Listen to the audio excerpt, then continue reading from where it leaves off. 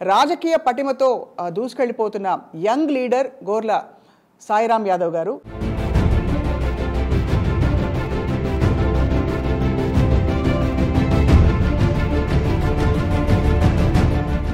మీకు బీజం ఎలా పడింది బీజేపీకే వెళ్ళాలి అని? మల్లెపల్లి సెగ్మెంట్ మొత్తం చూసుకున్నట్లయితే మైనారిటీ పీపుల్ ఎక్కువ ఉంటారు. అవును, నేను ఉండే ఏరియా చాలా స్లమ్ ఏరియా. ఆ స్లమ్ ఏరియాలో బ్యాక్వర్డ్ పీపుల్ పిల్లలు రాంగ్ డైవర్షన్కి వెళ్ళేవారు. ఎలా అంటే ఇప్పుడు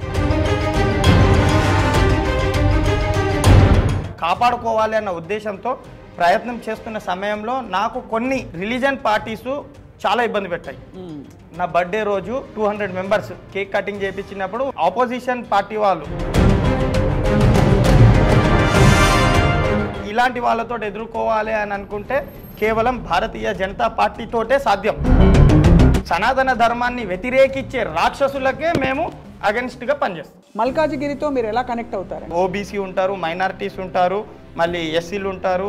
కేంద్ర ప్రభుత్వం నుంచి కింది స్థాయి మండల కమిటీలు, డివిజన్ కమిటీల వరకు మేము చేసే వర్క్ ఏంది అని అంటే,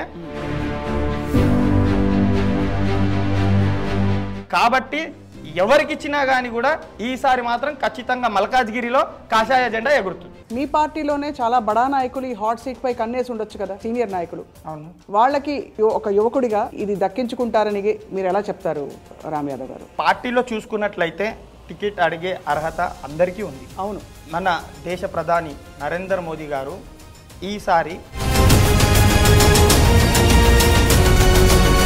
ఛాయ్ అమ్మేవారు ఎలా అయితే ప్రధానమంత్రి అయ్యారో, పాలు అమ్మేవాడు పార్లమెంట్ కూడా వెళ్తాడు అని చెప్పేసి అవుతానన్న నమ్మకం నాకు. మోదీ గారిని కలిసారా? కలిశానండి. ఏమనిపించిందండి కలిసినప్పుడు? మోడీ గారు ఎలా అనంటే, మోదీ గారిని చూసిన తర్వాత ఏవైతే నెగిటివ్ థాట్స్ మైండ్లో కూడా ఉన్నాయో అవి వాషౌట్ అయిపోతాయి. చాలా మంది అయ్యప్ప మాలలు వేసుకుని కాలేజ్కి వస్తారు. వాళ్ళని ఆపాలా ఆపకూడదా? యూనిఫామ్ సివిల్ కోడ్ ఉంటే వాళ్ళని ఆపడంతో ఒక రిలీజన్ని కించపరిచినట్టు అవుతుంది. భారతీయ జనతా పార్టీ ఎందుకండి ఎప్పుడు చూసినా సనాతన ధర్మం తప్ప వేరే సమస్య లేనట్టు అదే పట్టుకుని దాన్ని రాజకీయం చేసే ప్రయత్నం చేస్తుంది? కాంగ్రెస్ వాళ్ళే, ఎందుకంటే వాళ్ళకి ఇంకో ఆప్షన్ లేదు బీజేపీని విమర్శించడానికి. ఈ పోటీలో బీఆర్ఎస్ ఎట్లుంటుంది అంటారు ఈసారి? BRS no more. కథం అయిపోయిందా? అంతే. చూడండి మేడం, బీఆర్ఎస్ గెలిచి ఏం చేస్తుంది? కేసీఆర్ గారిని భూస్థాపన చేసిరు. కేసీఆర్ గారి టీఆర్ఎస్ భవన్ పైన టూలెట్ బోర్డు కూడా పెట్టే అవకాశాలు.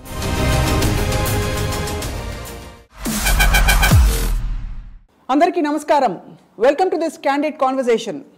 పరోపకారార్థమిదం శరీరం అన్నారు పెద్దలు. అంటే ఇతరులకి సేవ చేయడానికి, ఉపకారం చేయడానికి మనం పుట్టాం, అప్పుడే మానవ జన్మ సార్థకం అని చెప్పి అది చాలా చిన్న వయసులో అలవర్చుకుని సేవా తత్పరతతో ముందుకెళ్తూ తన సేవా కార్యక్రమాలతో ఎంతోమందిని ప్రభావితం చేస్తూ మరోవైపు రాజకీయ పటిమతో దూసుకెళ్లిపోతున్న యంగ్ లీడర్ గోర్ల సాయిరామ్ యాదవ్ గారు ఇవాల్టి మన స్పెషల్ గెస్ట్. వారు భారతీయ జనతా పార్టీ యువ నాయకులుగా ఒక యువశక్తిగా ఎదుగుతున్నారు అండ్ ఎన్నో అనుభవాల్ని చాలా చిన్న వయసులో చవిచూశారు.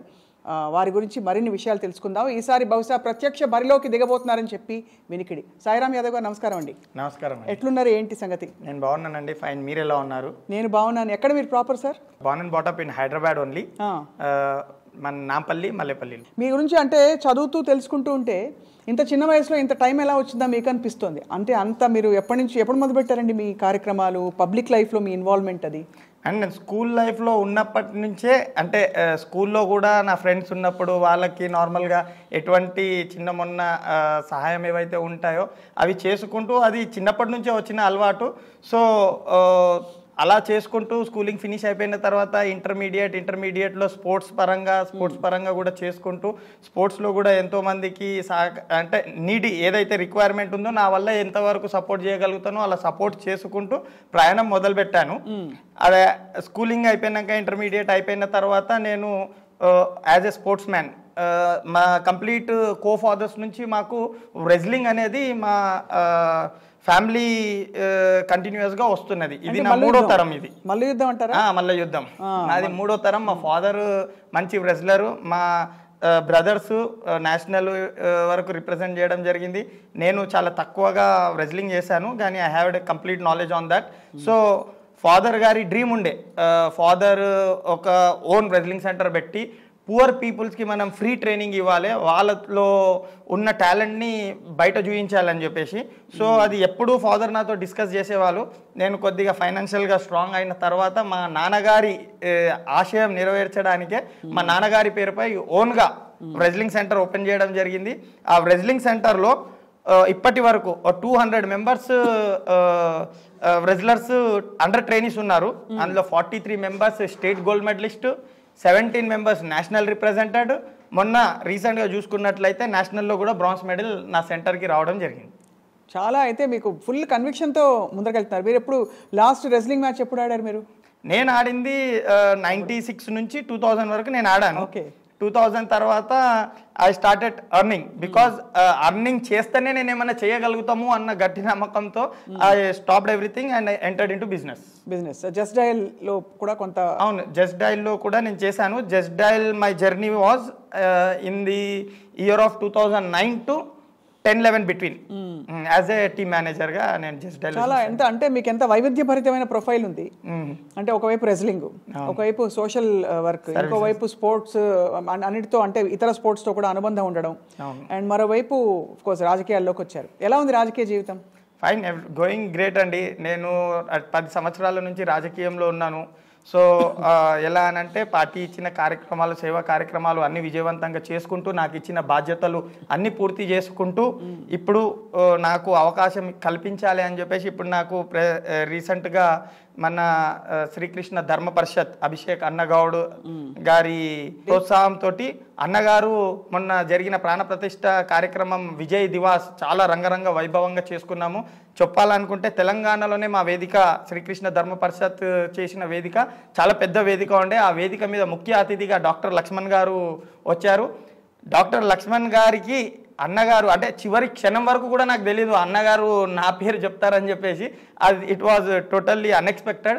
సడన్గా మా రామ్ యాదవ్ లాంటి కష్టపడే కార్యకర్తకు గుర్తింపిచ్చి టికెట్ ఇవ్వాలి అని చెప్పేసి ప్రోత్సహించడం జరిగింది. అన్నగారు ముందు నా పేరు చెప్పడం జరిగింది. సో దానికి నేను అన్నకి చాలా రుణపడి ఉంటాను. అన్నకి నా మనసు పూర్తిగా పాదాభివందనాలు అండ్ ధన్యవాదాలు తెలియజేసుకుంటాను. అంటే మీరు కష్టపడి పనిచేసేవాళ్ళు, ఆ మాట మాత్రం ఒప్పుకోవాలి. మన బీజేపీలో కొంచెం కష్టపడి పనిచేసే వాళ్ళకి కొత్త వాళ్ళైనా లేదు ఉత్త ఫ్యామిలీ బ్యాక్గ్రౌండ్ వంశ పారంపర్యంగా వచ్చినా రాకపోయినా అవకాశాలు అయితే ఇస్తారు.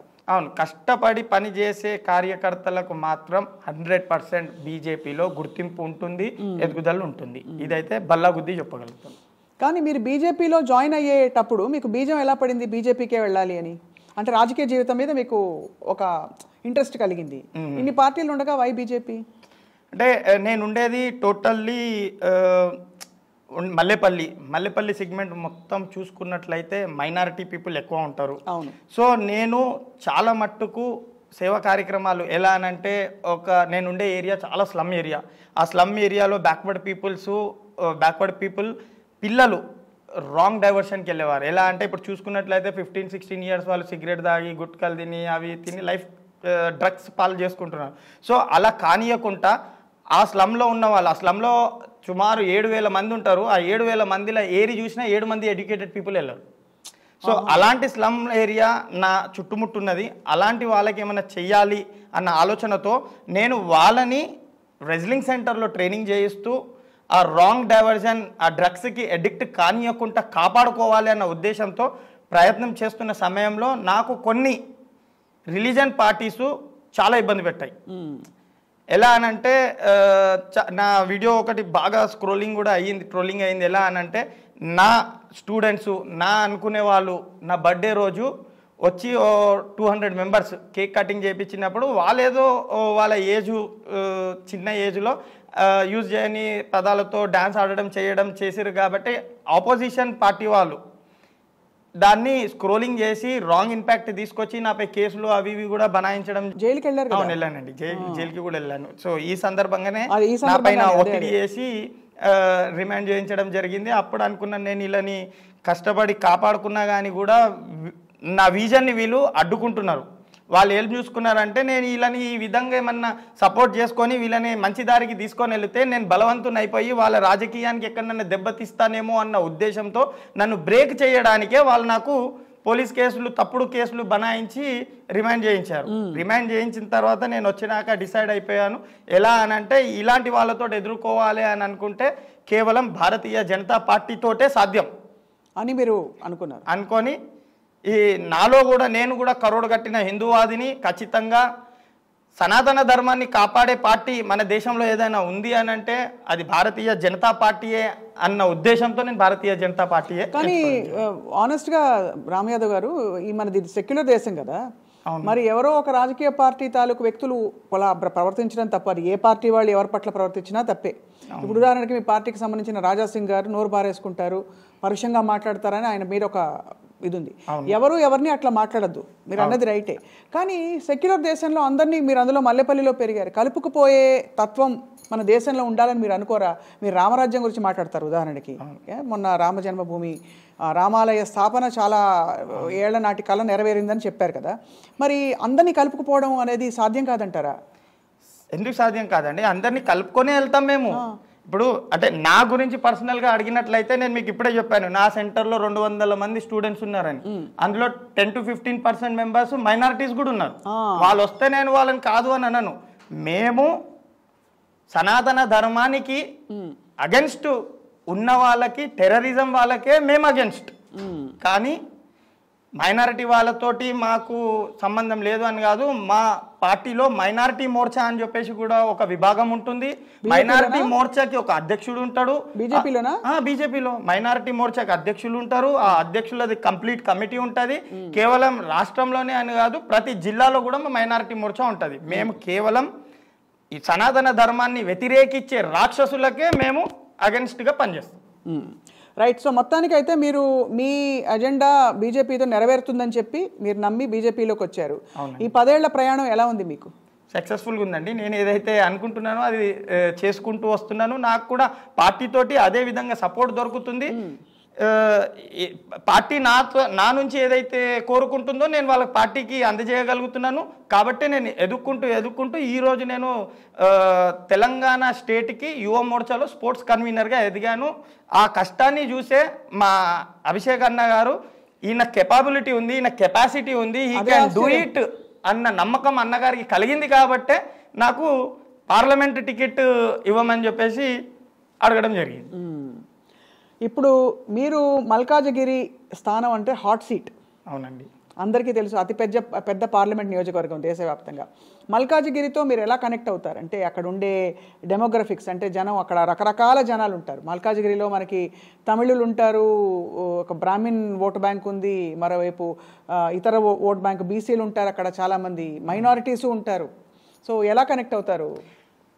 ఆల్రెడీ మల్కాజ్గిరిలో కూడా నేను ఎన్నోసార్లు మా రాష్ట్ర అధ్యక్షులు, బీజేవైఎం రాష్ట్ర అధ్యక్షులు భానుప్రకాష్ గారు ఆ ఏరియాలోనే ఉంటారు. కాబట్టి అన్నగారితో మేము ఎప్పుడు వెళ్ళినా కానీ కూడా అక్కడ కూడా మా కమిటీస్ ఉన్నాయి. ఇప్పుడు మీరు చెప్తున్నారు ఓబీసీ ఉంటారు, మైనారిటీస్ ఉంటారు, మళ్ళీ ఎస్సీలు ఉంటారు అని చెప్పేసి. సో ఇలాంటి సమయము రానే వస్తుందని చెప్పేసి మా కేంద్ర ప్రభుత్వం నుంచి కింది స్థాయి డివిజన్ మండల కమిటీలు, డివిజన్ కమిటీల వరకు మేము చేసే వర్క్ ఏంది అని అంటే, జిల్లాకు కానీ స్టేట్కి కానీ ఇవన్నీ మోర్చాస్ వేసుకుంటాం. OBC Morcha, SC Morcha, minority Morcha, మహిళా మోర్చా, ఇవి ఖచ్చితంగా ప్రతి జిల్లాలో పనిచేస్తుంటుంది. ఇప్పుడు నేను ఇక్కడుండి సడన్గా అక్కడికి వెళ్ళినాను అన్నప్పుడు నాకు అక్కడ కొత్త క్యాడర్ తయారు చేయాల్సిన అవసరం ఉండదు. ఆల్రెడీ మా క్యాడర్ అక్కడ ఉంటుంది, పార్టీ క్యాడర్ అక్కడ ఉంటుంది. ఆ పార్టీ క్యాడర్తో మేము మింగిల్ అయ్యి మా పార్టీ ఎవరినైతే నిర్ణయం ఇచ్చుకుంటుందో దాన్ని ఆనందంగా ఆమోదించుకుంటూ ఖచ్చితంగా పార్టీ తీసుకున్న డిసిజన్ని యాక్సెప్ట్ చేస్తూ కిందున్న క్యాడర్, మొత్తం క్యాడరు ఎవరికి టికెట్ ఇచ్చినా కానీ కూడా పార్టీ కోసం పనిచేస్తుంది. సో ఆల్రెడీ బీజేపీ క్యాడరు మల్కాజ్గిరిలో ఉంది, మంచి రెస్పాన్స్ ఉన్నది. మల్కాజ్గిరిలో ఉన్న 40 లక్షల ఓటర్ల హృదయంలో బీజేపీ అతుక్కోయి ఉంది. బీజేపీ కార్యకర్తలు కానీ బీజేపీ నాయకులు కానీ మల్కాజ్గిరిలో ఉన్న ప్రజల గుండెల స్థానం దప్పించుకున్నారు. కాబట్టి ఎవరికి ఇచ్చినా కానీ కూడా ఈసారి మాత్రం ఖచ్చితంగా మల్కాజ్గిరిలో కాషాయ జెండా ఎగురుతుంది. తెలంగాణ ఎన్నికల ఫలితం మొన్న వచ్చిన తర్వాత మీరు కాన్ఫిడెంట్గా అంటున్నారంటే అప్పటికి ఇప్పటికీ ఏం మారిందంటారు? 2014 మన తెలంగాణ వచ్చింది. 2014లో తెలంగాణ వచ్చినప్పటికీ ఇప్పటికి చూసుకున్నట్లయితే 2014 ఎన్నికల్లో బీజేపీ 5 స్థానాలతో నిల్చుండి. 14 తర్వాత 19లో జరిగిన ఎలక్షన్స్లో బీజేపీ కేవలం ఒక్క స్థానానికే కైవసం చేసుకుంది. మళ్ళీ దాని తర్వాత జరిగిన 2 ఉప ఎన్నికల్లో బీజేపీ కైవసం చేసుకొని 3 స్థానాల్లో కాగినాం. దాని తర్వాత జరిగిన జిహెచ్ఎంసీ ఎలక్షన్స్ నుంచి మేము పుంజుకున్నాం. 7-8 సీట్ల నుంచి 40 సీట్లకు రీచ్ అయినాం. జిహెచ్ఎంసీ ఎలక్షన్స్ 48కి రీచ్ అయినాం. 48కి రీచ్ అయిన తర్వాత ఇప్పుడు జరిగిన ఎలక్షన్స్లో 1 నుంచి 3, 3 నుంచి ఇప్పుడు 8కి వచ్చినాం. 8కి వచ్చినాము. అది కాకుండా కొన్ని స్థానాలలో సెకండ్ ప్లేస్లో నిల్చున్నాము. మరి కొన్ని స్థానాలలో అతి తక్కువ ఓట్లతో విజయం చేజారిపోయింది.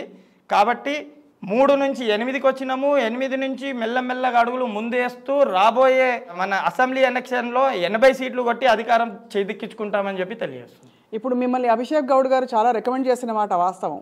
కానీ మీ నిర్ణయం విషయంలో మీ పార్టీలోనే చాలా బడా నాయకులు ఈ హాట్ సీట్పై కన్నేసి ఉండొచ్చు కదా. అవును. ఇంత పెద్ద నియోజకవర్గం వదులుకోకుండా ఇప్పటి నుంచి అంటే పెద్ద సీనియర్ నాయకులు వాళ్ళకి మీరు ఒక యువకుడిగా పోటీ ఇచ్చి మీరు ఇది దక్కించుకుంటారని లేకపోతే మీకు ఇవ్వాలని చెప్పి మీరు ఎలా చెప్తారు రామ్ యాదవ్ గారు? అంటే మీకు ఆ కాన్ఫిడెన్స్ ఏంటని? ఇప్పుడు పార్టీలో చూసుకున్నట్లయితే టికెట్ అడిగే అర్హత అందరికీ ఉంది. అవును, ఎవరన్నా అడగొచ్చు టికెట్.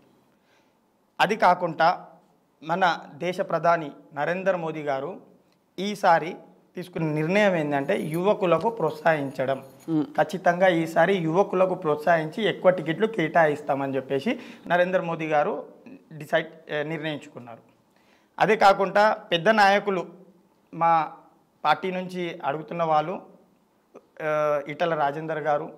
ఎలా అంటే ఈటల రాజేందర్ గారు 4 సార్లు ఎమ్మెల్యేగా అయ్యారు, 2 సార్లు మంత్రివర్యులు, ఏజ్లో పెద్దవారు. మా పార్టీలోకి వచ్చి 2 సంవత్సరాలు అవుతుంది. అప్పటికి కూడా మా పార్టీ 2 టైమ్స్ ఎమ్మెల్యే టికెట్ ఇవ్వడం జరిగింది. ఒకసారి గెలిచారు, ఒకసారి మొన్న అన్ఎక్స్పెక్టెడ్గా ఓడిపోవడం జరిగింది. ఈటల రాజేందర్ గారు పెద్ద నాయకులు, అన్నగారికి ఎన్నో అవకాశాలు దొరుకుతాయి, రాజ్యసభ లాంటి ఎన్నో తెచ్చుకోగలుగుతారు.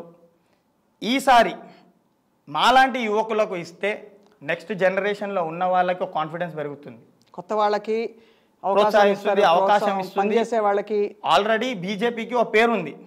కింది స్థాయి కార్యకర్త అయినా కూడా అతనిలో పొటెన్షియల్ ఉంటే ఖచ్చితంగా ఛాయ్ అమ్మేవారు ఎలా అయితే ప్రధానమంత్రి అయ్యారో పాలు అమ్మేవాడు పార్లమెంట్ కూడా వెళ్తాడు అని చెప్పేసి నేను కూడా ఎగ్జాంపుల్గా అవుతానన్న నమ్మకం నాకుంది. చాలా కాన్ఫిడెంట్, మంచిగా చెప్పారు అన్నమాట. అంటే సో అయితే మరి మీ కుటుంబ సభ్యులు ఎంతవరకు ప్రోత్సహిస్తున్నారు మీ రాజకీయ జీవితాన్ని? కుటుంబం గురించి చెప్పండి. మా ఫ్యామిలీ మేము సాదాసీదా నార్మల్ రైతు కుటుంబం కదా మీది? రైతు కుటుంబం అని కాదు, కానీ నేను చేసే బిజినెస్ రైతుకు సంబంధించింది. పాల బిజినెస్ నాది, డైరీ ప్రోడక్ట్స్ది. రైతు దగ్గర నుంచి రైతు దగ్గర నుంచి తెచ్చుకుంటాను, మళ్ళీ సరఫరా చేస్తుంటాను. మా ఫ్యామిలీ వచ్చేసి మా ఫాదర్ గారు హోటల్ బిజినెస్ చేసేవాళ్ళు, చిన్న హోటల్, నార్మల్ ఛాయ్. అంటే నేను కూడా ఛాయ్ అమ్మేవాడిని. అంటే నరేంద్ర మోదీ గారి లాగా ఛాయ్ అమ్మి నేను కూడా పైకి వెళ్తానని కాదు. మా బిజినెస్ టీ స్టాల్ ఉండేది, అందులో అంటే ఆల్ టైప్స్ ఆఫ్ ఫుడ్ అమ్మేవాళ్ళము. ప్రజెంట్గా ఫాదర్ ఇప్పుడు రిటైర్ ఏజ్లో ఉన్నారు, సో ఆ కెఫే కూడా క్లోజ్ చేసేయడం జరిగింది.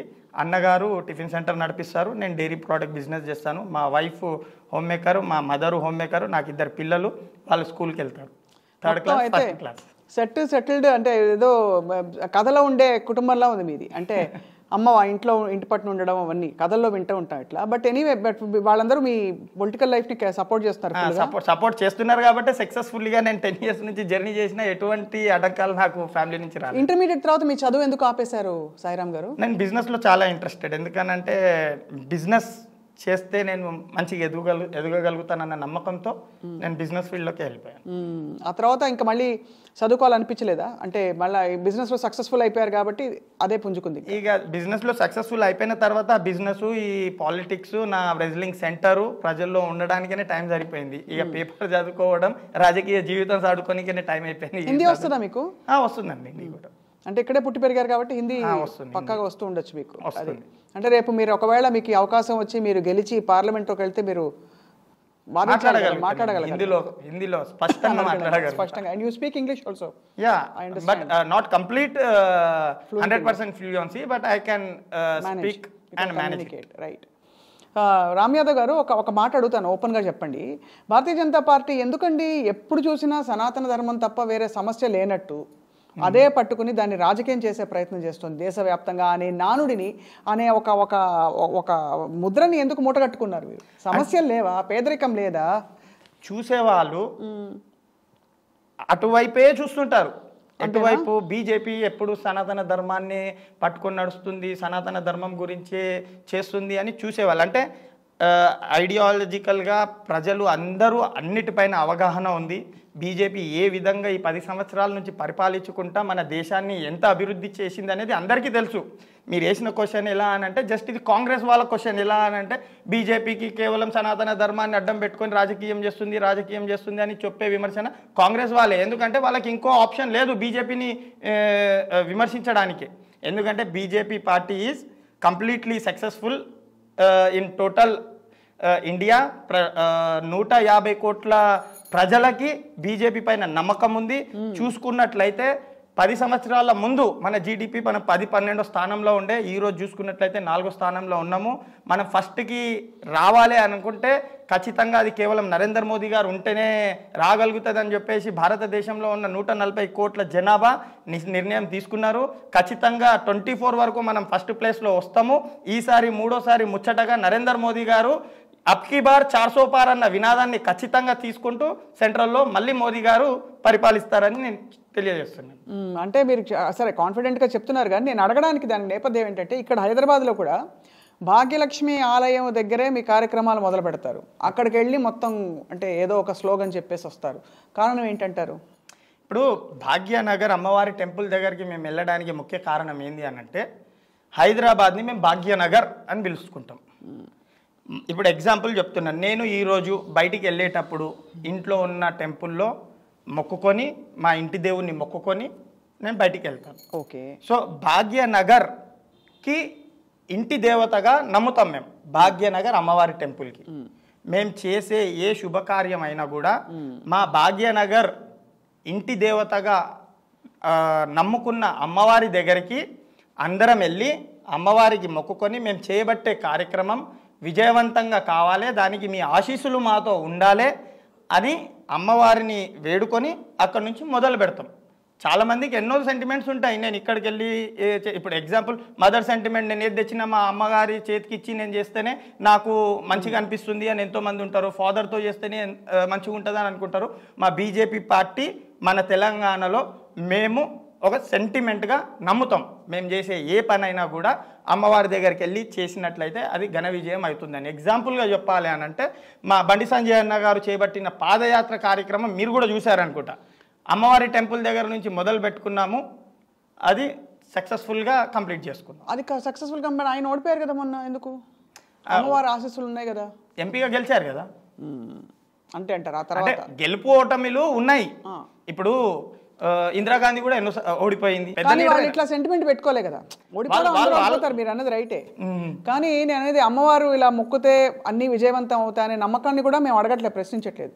అది పబ్లిక్గా ఒక పొలిటికల్ స్టేట్మెంట్ చేయడానికి, ఒక పాగా వేయడానికి అన్నట్టు కాకుండా ఏదైనా సరే దాన్ని రాజకీయాలతో ముడిపెట్టి ధర్మాన్ని కూడా మీరు దాన్ని ధర్మాన్ని వాడుకుంటున్నారనే అపకీర్తి మీకు ఎందుకు? ఇప్పుడు మీరు పర్టికులర్గా భాగ్యలక్ష్మమ్మ టెంపుల్ గురించి ఎందుకు అంటున్నారంటే ఆ చుట్టుముట్టున్న ప్రజలంతా మైనారిటీ వాళ్ళు ఉన్నారు కాబట్టి. బండి సంజయ్ అన్న గారు కానీ మా బీజేపీ పార్టీ వాళ్ళు కానీ ఎప్పటికీ కేవలము భాగ్యలక్ష్మమ్మ టెంపుల్ దగ్గరికి వెళ్ళాం. మేము పెద్దమ్మ టెంపుల్ దగ్గరికి కూడా వెళ్తాము, శ్రీరామచంద్రుని టెంపుల్కి వెళ్తాము, హనుమంతుని టెంపుల్కి వెళ్తాము. కానీ పర్టికులర్గా మీరు ఫోకస్ అండ్ పాయింట్అవుట్ చేసే వ్యూ ఎందుకు అని అంటే ఆ చుట్టుముట్టు ముస్లిమ్స్ ఉన్నారని. ఆ చుట్టుముట్టు ముస్లిమ్స్ ఉండేది అది మా ప్రాబ్లం కాదు కదా, వాళ్ళు ఉన్న మా టెంపుల్ ఉన్న దగ్గర వాళ్ళు ఉన్నారు కాబట్టి మేము మా టెంపుల్ దగ్గరికి వెళ్తాం.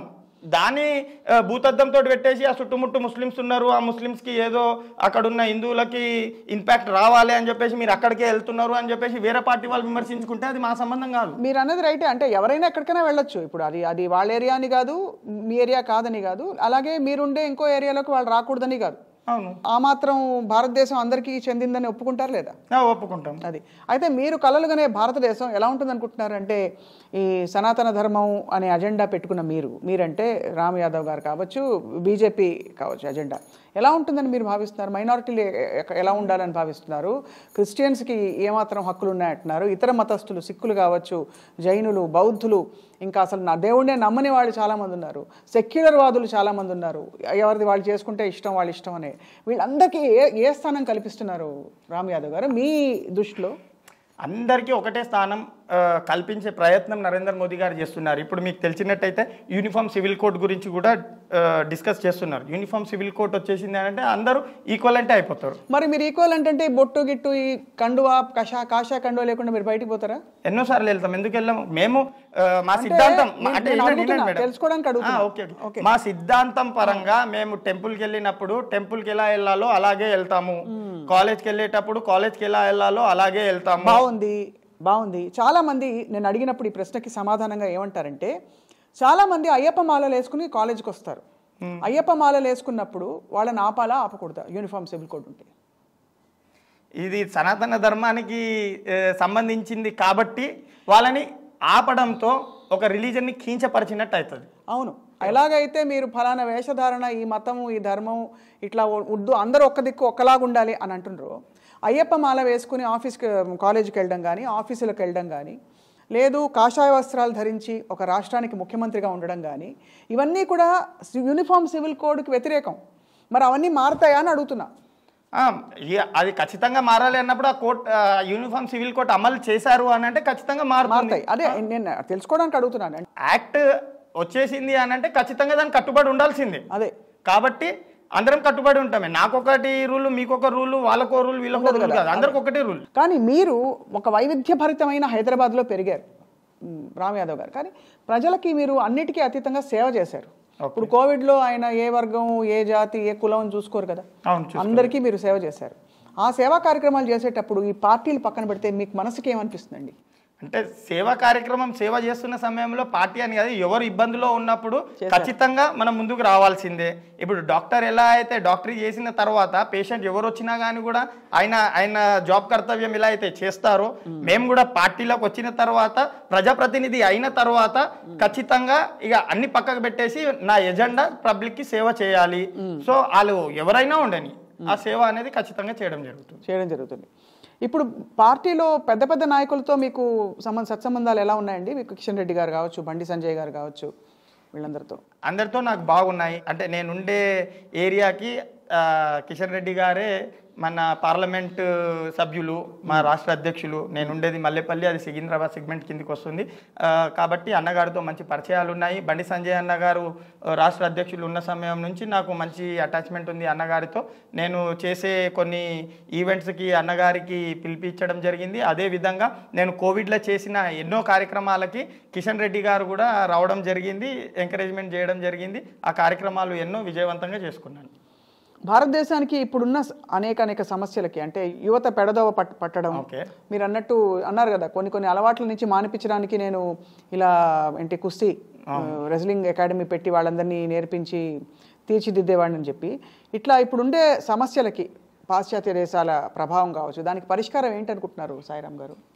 ఏంలే, యూత్కి ఏంది అని అంటే తప్పుతోవ పోనీయకుండా మనం కాపాడుకోవడానికే ఏవైతే చేయగలుగుతామో దానిపైన ఎక్కువ మట్టుకు ప్రోత్సహించినట్లయితే ఖచ్చితంగా మనం ఆపగలుగుతామని. ఎలా అని అంటే ఇప్పుడు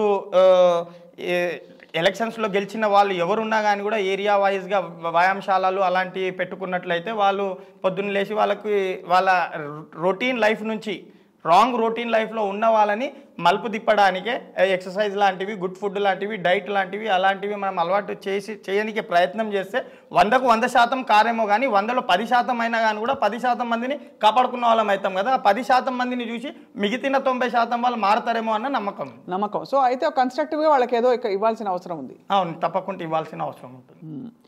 సో అయితే మొత్తానికి మీ ప్రయాణాన్ని కొనసాగిస్తూ మీకు ఎదురైన సవాళ్ళ గురించి చెప్పండి సాయిరామ్ గారు. అంటే రాజకీయాలు చాలా విషయాలు నేర్పుతాయి మనకి. అవునండి. ఎట్లా బ్యాలెన్స్ చేసుకోవాలి, ఎక్కడ నెగ్గాలో కాదు ఎక్కడ తగ్గాలో అంటారు. మీకు అట్లాంటి సవాళ్ళు వచ్చినాయి మీ జర్నీలో? ఎన్నో వచ్చినాయండి. ఇక చెప్పలేము. బాధపడ్డాలని ఉంటాయి. బాధపడ్డాను, ఖచ్చితంగా బాధపడినవాడే పైకి ఎక్కుతాడు. ఖచ్చితంగా నేను ఎన్నో చేద్దాము మంచి పనులు చేయడానికే కూడా ఎంతైతే చెడ్డ పని చేయడానికే ఈజీ వే ఉంటుందో మంచి పనులు చేయడానికి అన్ని హడల్స్ ఉంటాయి. అవును. అట్లా చేయడానికి వస్తే మీకు హడల్స్ వచ్చాయి. ఎన్నో హడల్స్ నా జీవితంలో చూసుకుంటూ చేసుకుంటూ వాళ్ళని పక్కకు జరుపుకుంటూ కలుపుకుంటూ వాళ్ళని కూడా కాదనలేం, వాళ్ళని కూడా తీసుకొని నడుస్తూ ఇక్కడ వరకు రావడం జరిగింది. మోదీ గారిని కలిసారా? కలిశానండి. ఏమనిపించిందండి కలిసినప్పుడు? మోదీ గారు అంటే ఇప్పుడు నిజంగా ఒక నాయకుడిగా ఆయనకి చాలా ప్రపంచవ్యాప్తంగా ఒక డెఫినెట్గా గొప్ప పేరు అయితే తెచ్చుకున్నారు ఆయన. అవునండి. మోడీ గారు ఎలా అనంటే ఆదర్శమూర్తి అనుకోండి. మోదీ గారిని చూసిన తర్వాత ఏవైతే నెగిటివ్ థాట్స్ మైండ్లో కూడా ఉన్నాయో అవి వాషౌట్ అయిపోతాయి. నిజమా? మోదీ గారి ఫేస్లో దాని అంటారు చరిష్మా, ఆ చరిష్మా ఉంటుంది. నాతో 28 సెకండ్స్ మాట్లాడారండి మోడీ గారు. 28 సెకండ్స్. నేను యాక్చువల్గా ఈ రెజ్లింగ్ గురించి చెప్తున్నాను కదా, గత 2 సంవత్సరాల నుంచి నరేంద్ర మోదీ గారి జన్మదినం సందర్భంగా ఆల్ ఇండియా నుంచి రెజ్లర్స్ని పిలిపించి మన లాల్ బహాదూర్ స్టేడియంలో మోడీ కేసరి అని చెప్పి ఒక రెజ్లింగ్ టోర్నమెంట్ చేయిస్తాను. సో నేను సెకండ్ టైం ఎప్పుడైతే మొన్న సెప్టెంబర్లో 17th మోదీ గారి బర్త్డే, ఆ రోజు కిషన్ రెడ్డి గారు మన అమిత్ షా గారిది ప్రోగ్రామ్ ఉంది కాబట్టి ఆ రోజు చేయలేక అక్టోబర్ 2 రోజు నేను చేశాను. అక్టోబర్ 4 రోజు స్టార్ట్ చేశాము.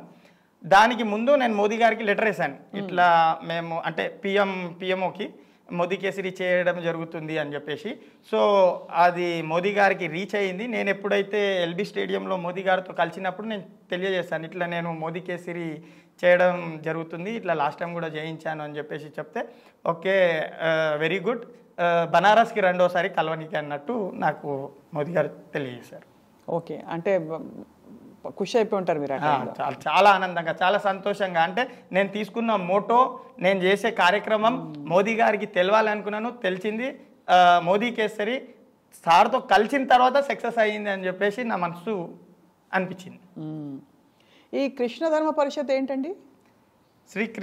కృష్ణ ధర్మ పరిషత్ ఇది రీసెంట్గా అంటే లాస్ట్ మంత్లో యుఎస్లో ప్రారంభించడం జరిగింది. 22nd of this month రామచంద్రుని ప్రాణప్రతిష్ఠ సందర్భంగా మన తెలంగాణలో ఆ రోజు రంగరంగ వైభవంగా విజయ్ దివాస్గా కార్యక్రమం చేసుకొని కృష్ణ ధర్మ పరిషత్ తెలంగాణలో కూడా ప్రారంభించడం జరిగింది. దీని మోటో యాక్చువల్గా కృష్ణ ధర్మ పరిషత్ మోటో ఏంది అని అంటే, మన శ్రీకృష్ణ పరమాత్ముడు అర్జునునికి ఏ విధమైతే ఉపదేశం ఇచ్చినాక ధర్మం పట్లనే నడవాలి, అధర్మానికి అడ్డుండాలి అని చెప్పేసి తెలియజేసినట్లు కృష్ణ ధర్మ పరిషత్ వారియర్స్ ఖచ్చితంగా ధర్మం పట్లనే నడుస్తారు. ఎవరైనా ధర్మం పట్ల నడుస్తున్న వాళ్ళని అధర్మంగా కించపరుస్తున్నట్లు ఏదన్నా ఇబ్బందులు పెడుతున్నట్లు అయితే అలాంటి వాళ్ళను కాలడ్డమేసి వాళ్ళని కూడా నచ్చచెప్పి ధర్మం పట్ల నడవాలి అని చెప్పి తెలియజేయాలి, ధర్మాన్ని పెంచుకోవాలి, మన సనాతన ధర్మాన్ని కాపాడుకోవాలి అన్న ఉద్దేశంతో అభిషేక్ అన్న గారు మన ఫౌండర్ ప్రెసిడెంట్ కృష్ణ ధర్మ పరిషత్ సంస్థని ప్రారంభించడం జరిగింది. కృష్ణ ధర్మ పరిషత్ తరఫు నుంచి ఆ రోజు మా అధ్యక్షుల వారు అభిషేక్ అన్న గారు సంకల్పించుకున్నారు, రాబోయే 3 సంవత్సరాలలో తెలంగాణ ఆంధ్ర నుంచి 5 లక్షల మందిని అయోధ్యకి ఉచితంగా తీసుకెళ్తామని చెప్పేసి, మరి కొన్ని రోజుల్లో ఒక్కొక్క దిశకి 10,000 మందిని తీసుకొని వెళ్తాము. ఆ 10,000 మంది మరి కొన్ని రోజుల్లో మొదలవుతుంది. ఆ కంప్లీట్ ప్రాజెక్ట్కి కూడా నన్ను ఇన్ఛార్జ్గా ఎంచుకున్నారు. దానికి నేను ఎంతో కృతజ్ఞతని. అండ్ రామాలయానికి కృష్ణ ధర్మ పరిషత్ తరఫున తీసుకెళ్తాను.